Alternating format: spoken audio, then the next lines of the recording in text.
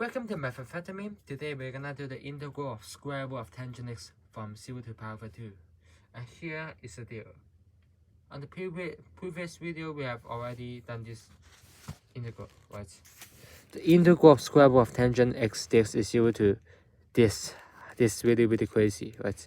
Negative 1/2 and then inverse hyperbolic cotangent of square root of tangent x and then blah blah blah and then inverse tangent here. And it looks really crazy, right? However, we are not going to put it inside because if we put a power of 2 into it, it's undefined.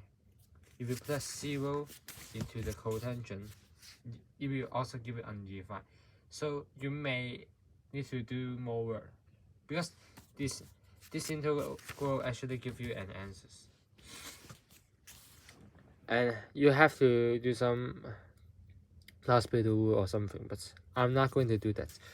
So today we're gonna do the integral of square root of tangent x from 0 to power of 2. And this is the definite integral. But the definite integral property from 0 to something, like from 0 to a and then f of x, the integral of f of x from 0 to a. This is just, you can use this formula from 0 to a and then f of a minus x dx. This just substitute. You let u is 0 to a minus x like that, and then do more work, you will get that back. So let I is equal to that. This integral, the original one, I is equal to this, and then you can turn it into square root of tangent of pi over 2 minus x like that. So what is this? Tangent of pi over 2 minus x. This is just square root of cotangent x, right? This over you get cotangent x by the identity. Okay.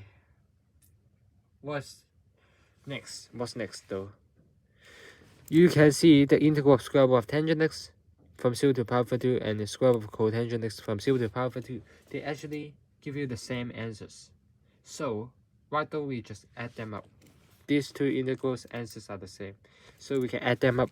So we can get 2i is equal to, from 0 to power of 2, the square root of tangent x plus square root of cotangent x like that. Do you think it would be much easier to integrate? Yes, of course, yes. If this is an indefinite integral, it will be very crazy to integrate. But this time we have a cotangent x to help us out. First, here let me just keep the 2i here, and then tangent x I'm going to write as sine x over cos x. And then cotangent x we're gonna write this as cos x over sine x dx. So we want to get the same denominator, square root of cos x multiplied by square root of sine x. So we can combine into square root of sine x cos x like that. And then we have to get the same denominator. So this, just use the cross method, multiply by square root of sine x, so you get sine x. And the square root of cos x multiply by square root of cos x, you get cos x. So what's next though? How can we do this integral? Here, we want something, if we differentiate inside, you get that. So you can use our substitution. But how can we do that? So differentiate what will give you that. For example, sine x minus cos x like that.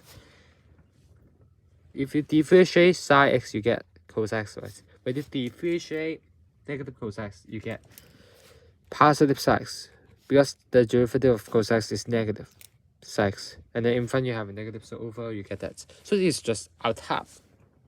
So we have to do more work here. How can we get this right? We try to square it. See what will we get. If we square that, you get the advantage of square sine x minus cos x. You square that because you get sine square x and then cosine square x like that, right? And then on the middle you get negative 2 sine x cos x plus, you see, sine square x plus cosine square x is famously equal to 1, right? Over you get 1, and then minus 2 sine x cos x. Let me just leave it as 2 sine x cos x. I'm not going to change the sine to x, just leave it. So here we want to have a sine x minus cos x inside. So how can we change it into this? So both have subject. We know to move the 2x cos x on left hand side, and then move this on right hand side. You get 2x cos x is equal to 1 minus parentheses sine x minus cosine x square. Yes. So we can change it, but how can we change it though? We don't have a 2 here. So let me just multiply by the square root of 2. If we divided by square root of 2 at the same time. So you can multiply inside. So you can get square root of 2 sine x cos x dx. And the square root of 2, because it is a constant, you can put it outside the integral.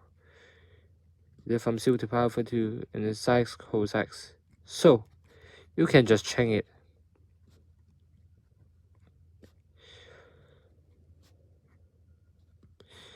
Two x cos x is equal to, don't forget about the square root, and then 1 minus sine x minus cosine x square dx. Yes, we get sine x minus cos x here. So we can just use our u sub.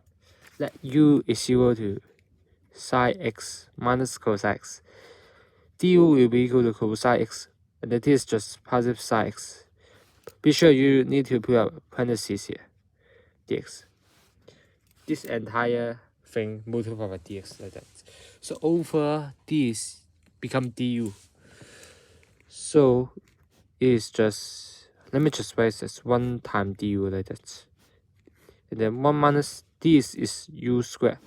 So what's our lower limit and upper limit? First, lower limit, put 0 into it. Sine 0 is 0, and then cosine 0 is 1. In front you have a negative, so this is negative 1. So pi over 2, put it inside, you get 1. Put it inside size, you get 1. And then cosine pi over 2 is just 0. So over you get 1. So okay, here's the deal. 1 over square root of 1 minus u square. This is an even function. You can put negative u inside it.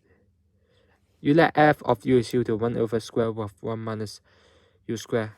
If you put negative u inside, we will get the original f of u. So this is an even function. So we can double the result like that. So 2 times root 2 from 0 to 1 of 1 over square root of 1 minus u square du. So the original you get 2i, right? 2i is equal to 2 times root 2. And then times the integral.